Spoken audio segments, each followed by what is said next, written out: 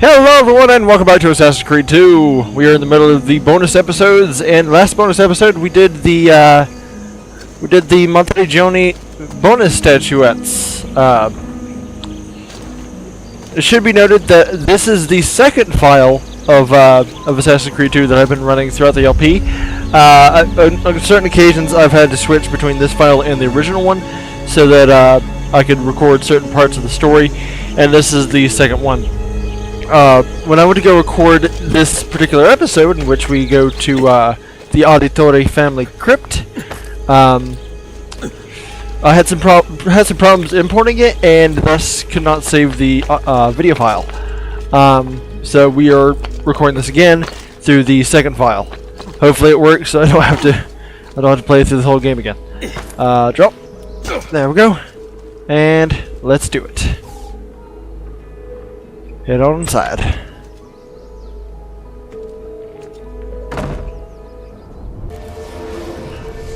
And creepy little crypt. Check. Nice. Check. Lovely. Just lovely. Paying respects. Explore the Auditore family crypt. Sure, why not? Reach the ancestral burial chamber.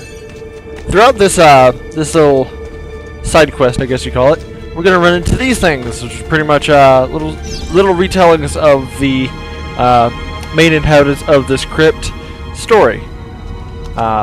Yeah. I was raised in a small house by the Venetian lagoon within sight of the rough foam-capped waves of the sea. When I was barely old enough to walk, I became a sailor, navigating the Atlantic first as an apprentice, then while carrying cargo for my father's patron, Messer Marco Polo. It was a good life. Speaking of Marco Polo, in the fourth game, Revelations, we get to see Marco Polo again. I'm not going to say how, because that could be spoiling something, but we do get to see how exactly. Well, I'm not going to say anything. Not going to say anything because I'll probably wind up spoiling something for someone, and that's not cool, bro. Why can't I jump? There we go. Oh boy. Dead people. Well, what did I expect from a crypt? Marco Polo does show up in Revelations, though. I'm not going to say how. Anyway. One day, while ashore in the harbor looking for work, I fell in love. She was barely 20, but when I looked into her eyes, the whole world was reflected back, clearer and brighter than the sun. After that, I still went to sea, but my heart remained on land with the girl, who had become my wife and our young son. Wow, worked fast, didn't he? That's probably out of context and terrible. Birthright. One afternoon that summer, Messer Polo called me into his study. My father was already there beside an older man dressed in a strange hooded cape, watching us. At that moment, everything about my life changed. My father told me he was an assassin. Removing his ring, he showed me a large marking on his finger. But let me go back. A strange marking on his finger, explaining that our family came from an ancient order that protected and defended mankind. I cannot talk today, in case you have not noticed. He paused, and then, when I didn't speak, Messer Polo stepped forward. He told me that the stranger in the hood would teach me, and in return I would carry him across the Mediterranean to Spain. And so began my apprenticeship with Dante Alighieri. I believe that's Alighieri. One that was to destroy every bit of happiness I would ever have. Okay. That's dark. Button. Switch. Clicky. Button switch clicky.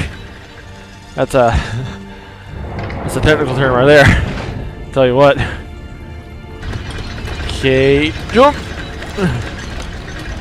That's gonna be part of the description of this video. Button switch clicky.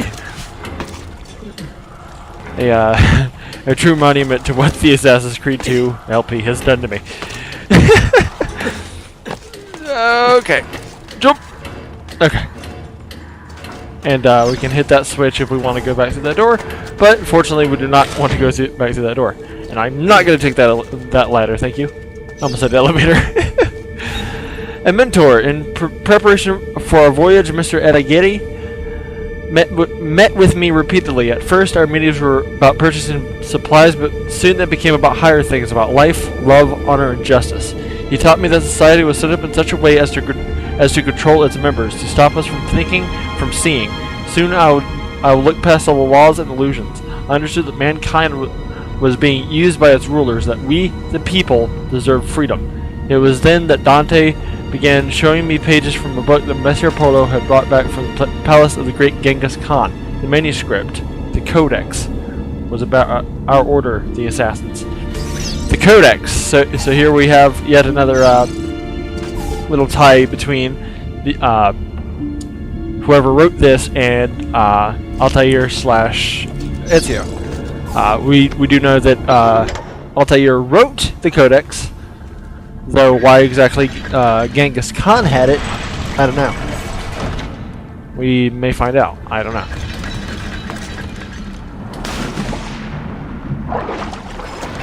Oh, jeez! Oh, just barely made that. Okay. Button switch clicky. Button switch clicky. Yeah. Button switch clicky. Yeah, that's gonna be a thing now. Sorry.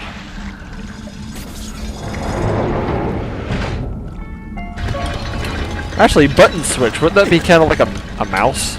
Like a computer mouse? So you'd be clicking a computer mouse? I don't know. I'm looking too much into this to do something random I said. Up there! Go, go, go, go, go, go, go! Whee! Up, that's you. Come on. We gotta make it before the door closes. Gotta make it before the door closes. Woo! Just barely made that. Yeah. Okay. So there we have another lever, another lever that will let us open up the door again. Which again we don't want to. But here's another story. An unexpected farewell. A planned voyage never took place. While returning to Ravenna, to pick up the remainder of the belongings, Dante died. Dismayed at the loss of my mentor, I went to inform my father and Messer Polo of the sad news. Before I could even speak, I was driven into the study, and my father, his face white, locked the door behind me. Shocked, I listened in silence as he spoke. Dante intended to take the Codex to Spain where it would be safe, but he was being watched. The enemy of the assassins, the Knights Templar, still existed. He recalled the stories I recalled the stories he had told me of the Templars, and it all became clear. Dante had been murdered. The Templars knew about the Codex, and they knew about us. Shaking, my father told me that to take the Codex and leave for Spain at once with my wife and child. Now that's interesting. Hang on. There's another page. Oh, okay. As Mr. Polo ushered me out of the door, he handed me a small piece of paper with a number on it. With this number, I could draw on his credit. More ducats than I had ever seen in my life at a bank in Italy. Okay.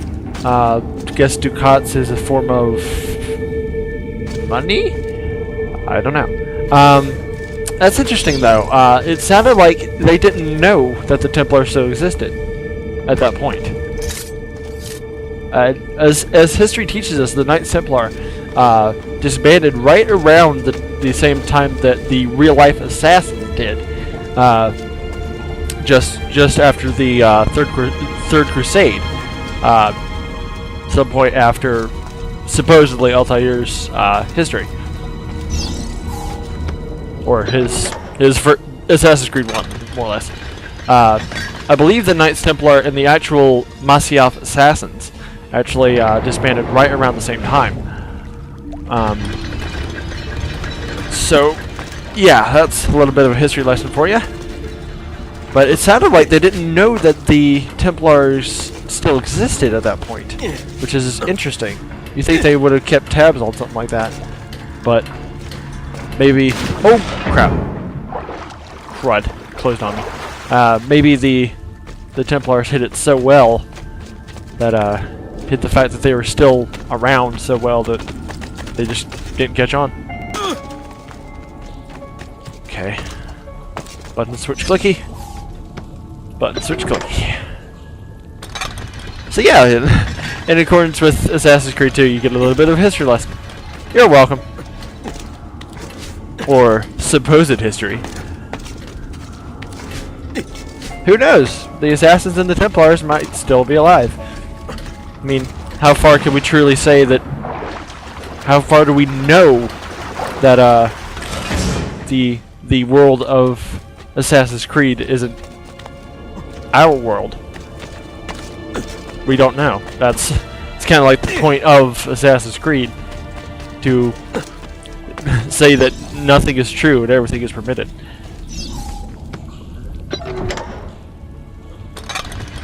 That's why I love this. That's why I love this series so much. Really, it really it opened my eyes to the frailty of what we truly know,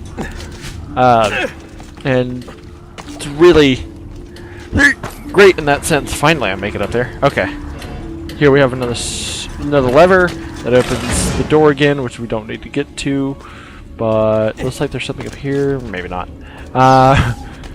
So yeah. At sea, we set sail that night, the ship filled with cargo to sell in the markets of Barcelona. At first, all was well. Then to avoid a coming storm, we laid anchor in the Otranto harbor. Otranto, yeah. Cloaked in darkness, the pirates came. I didn't see them until they were already boarding my ship. I hid with my family in the hold, pulling out the codex. I ran the worn leather cover through my hands, then broke the spine. The pages slid silently onto the floor. I scattered them into chests, boxes, and containers I was carrying to market. The men who found us were drunk. I could smell it on their breath. When they asked for the codex, I knew who had sent them. Holding back my rage, I said I had thrown it overboard. They started to laugh. Two held me down, still grinning, while the rest cut off my wife's clothes. She begged for mercy until her voice gave out. Once they were done, they threw her out to sea. They took my cargo and sunk my ship and left me adrift, clinging to a piece of railing. I made it to the beach with my son. My wife's body washed up on shore the next morning with the tide. It's awful. Okay. Button switch clicky. I'm using that joke too much, but it's cool anyway. Okay. Get around there.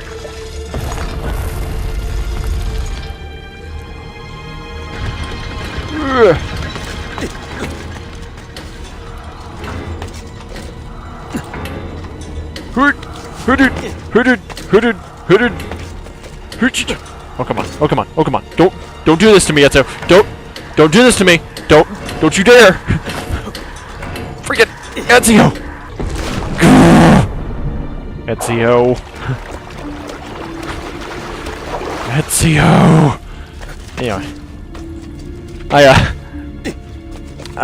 whenever I do that, I'm reminded of a American Dad episode where Francine is trying to solve like the Francine, Stan's wife. In case some of you haven't watched it, which if you haven't, why not? It's a great series, rivals that of Simpsons and Family Guy. Let's see, drop down, drop. Piss. Whew. Okay. Where Francine, I almost called her Ezio. Wow. Francine is trying to solve like a really incredibly tough math puzzle or something like that. Hang on. A new name. I never saw the sea again. Making my way to Florence, I rented a small room, then visited the bank. I memorized Polo's account number. With the vast sum I now had at my disposal, I went to Venice in disguise to find my father. I returned to Florence the next day. Both Polo and my father were already dead. From that moment forward, I collected treatises? Is that the plural of treaties? I don't know. On architecture, studied the... No, that wouldn't be... I guess that's like... books or something? I don't know. Studied the classics and took vocal lessons. I adopted the name Auditore, impersonating a noble from the Florentine court. Accepted as one of their own, I took on the trappings of nobility and constructed this villa for me and my son. And then I hunted them. I raised my son to fight and to find the codex and to kill Templars. Together we regained the honor of my wife and avenged the death of my father. Two debts that could never be repaid. To the auditory that remembers this, remember that you are not a nobleman. You are not one of the deceivers. You are one of the people. Avenge us. So truly, for Ezio's life, nothing was true. Anyway, what was I saying? Francine has to solve like this impossible math puzzle that would introduce like a new concept of math, and when she goes to show it to a professor, he says no, that's wrong. That it would introduce an entirely different concept, not a number. And she brings up like number 6 or something. And the professor calls out to a student and says,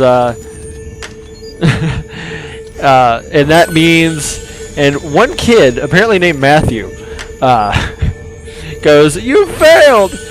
And the professor goes, Matthew, Matthew, Matthew. And it goes into this weird little monologue kind of thing. I don't know. So yeah, here is the presumably the son and the father, or the father and the son, or something like that. It could be the father of the father and the wife, or it could be the father of the father and Messer Polo, or I'm not entirely sure. I feel like it would be most likely the father and the son, but I don't know. Family Crypt explored. Alright. And where do we come out? Oh, I thought we were going to come out of a sewer. Dang it. So apparently Ezio has given up on his dream of being a Ninja Turtle. Sad. That is going to be it for this episode. Thank you all so much for watching. Next episode, I think I'm going to tackle the feathers. I'm going to call it now. I think I'm going to tackle the feathers. The feathers is going to take a long time to record and a long time to edit. But I'm going to finally do the feathers. Whew. I am waking up a crap storm. Thank you all so much for watching. And until the next bonus episode, I'll see you all later.